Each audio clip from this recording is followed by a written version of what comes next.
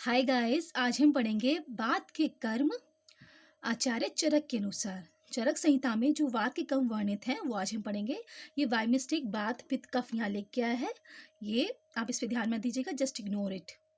ठीक है, यहाँ आज हम सिर्फ वात के कर्म पढ़ेंगे चरक संहिता के अनुसार। इससे पहले वाले वीडियोस में हम वात पित्त कफ के कर्म अष्टांग हृदय के अनुसार सेपरेटली पढ़ चुके हैं। वात के कर्म की अलग वीडियो है, कफ के कर्म की अलग और पित्त के कर्म की अलग, अष्टांग हृदय के अनुसार। तो आप जाके चैनल पे चेक कर सकते हैं। और वात पित्त कफ के वर्णन आचार्य चरक, आचार्य सुश्रुत, आचार्य बागभट्ट के अनुसार, और वात पित्त कफ के गुण और वात पित्त कफ के स्थान आचार्य चरक, आचार्य सुश्रुत, आचार्य बागभट्ट के अनुसार इनके अकॉर्डिंग ये सारी वीडियोस चैनल पे पढ़ चुकी है, पढ़ाया जा चुका है। तो आप जाके रीड कर सकते हैं, सुन सकते हैं, लिख सकते हैं, और जो भी आपको कंफर्ट हो आप वो कर सकते हैं। ठीक है, तो आज हम आते हैं श्लोक पर। तो वात के कर्म का श्लोक आचार्य चरक के अनुसार देखते हैं। उत्साहो उच्छ्वास, उच्छ्वास निश्वास, चेष्टा, धातु गति समा, समो मोक्षो गतिमया वायो कर्म अविकारजम। इसका रेफरेंस है चरक सूत्र स्थान के 18 चैप्टर का 49 श्लोक। और चरक के सूत्र स्थान के 18 चैप्टर का नाम क्या है? त्रिशोथीय अध्याय। ये भी अगर आप याद रखें तो ये बहुत अच्छी बात है। त्रिशोथीय अध्याय 18th चैप्टर है, उसके 49 श्लोक है। तो अब श्लोक के प्रत्येक शब्द का अर्थ देखेंगे। एक बार प्राकृत और विकृत में मीनिंग एक बार जरूर देख लेते हैं। तो प्राकृत मतलब स्वाभाविक, स्वाभाविक मतलब अपनी नेचुरल कंडीशन में, और विकृत मतलब उसमें कोई एनिमली है, कोई इसमें विकृति आ गई। विकृति मतलब उसमें कोई विकार यानी कि कोई एनोमली आ गई है, तो वो है विकृत।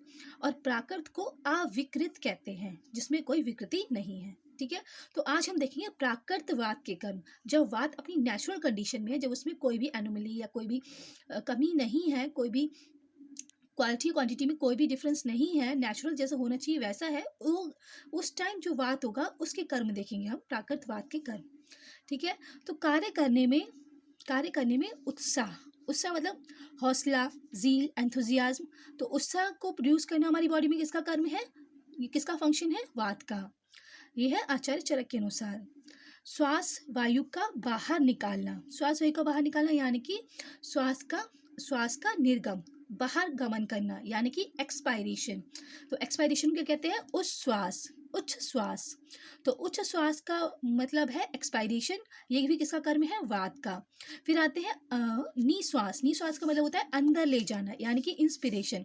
तो वायु को अंदर ले जाना यानी कि श्वास का प्रवेश, प्रवेश यानी कि एंटर, वो भी किसका कर्म है? वात का। तो एक्सपायरेशन और इंस्पायरेशन किसका कर्म है? प्राकृत वात का, जब वात अपनी नेचुरल कंडीशन में होता है।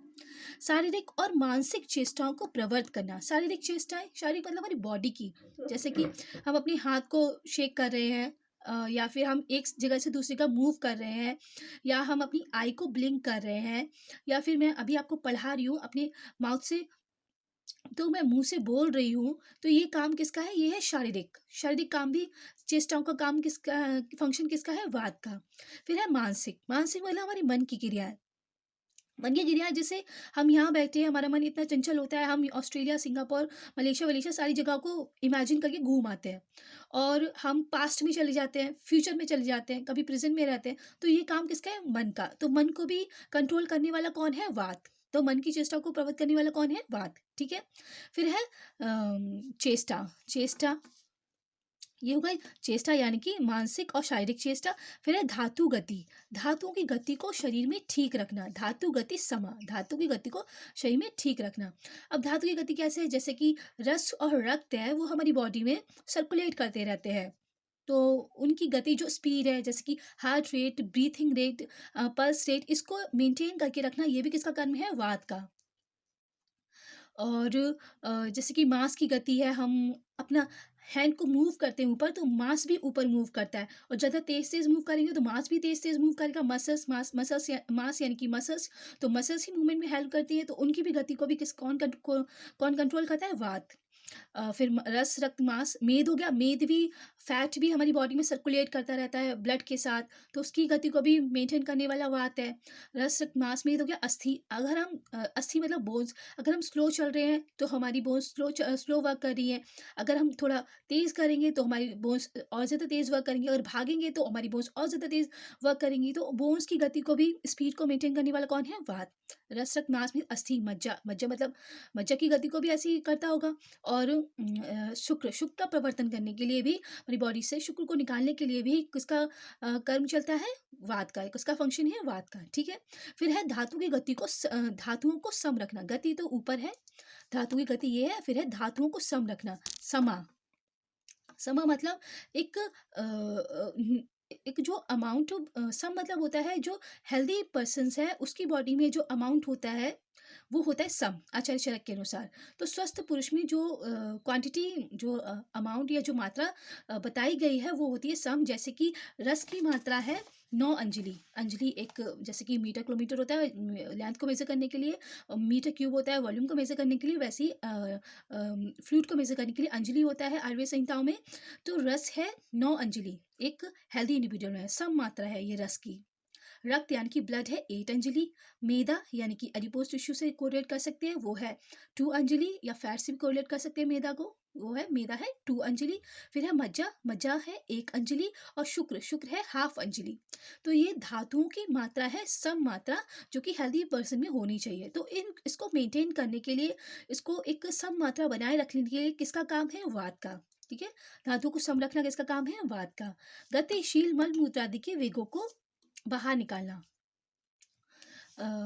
मोक्षो गतिमता, मोक्षो गतिमता जो हमारे वेग आ रहे हैं। अब वेग कितने होते हैं? 13 प्रकार के वेग होते हैं। जैसे कि वात, वात मतलब अपान वायु यानी कि फ्लैटस। और जैसे मूत्र का वेग यानी कि यूरिनेशन। और जैसे कि पुरीश का वेग, जैसे कि इसका शुक्र का वेग। और जैसे कि हम मान सकते हैं, जैसे कि जो संहिता मान्य नहीं है, जो संहिता में दिया गया है वो बता रहे हैं। जैसे कि अम, अ, श्वास का वेग, जब हम परिश्रम बहुत ज़्यादा कर लेते हैं, बहुत ज़्यादा एक्सरसाइज कर लेते हैं, तो श्वास का वेग होता है, वो भी वेग होता है। अधारणीय वेग होता है, उसे धारण नहीं करना चाहिए। तो ये जो मैंने वेग बताए अभी, ये सारे आधारणीय वेग हैं। इनको धारण नहीं करना, होल्ड नहीं करना चाहिए अपनी बॉडी में। जैसे ही आए निकाल देनी चाहिए। जैसे कि छींक का वेग यानी कि छवतु, जो हमें स्नीजिंग होती है उसको भी निकाल देना चाहिए। जैसे कि उदावत नहीं, उद्गार। जैसे कि उद्गार यानी कि डकार आती है, उसको भी निकाल देना चाहिए, होल्ड नहीं करना चाहिए। और तो यही ऐसे ही 13 प्रकार के वेग होते हैं।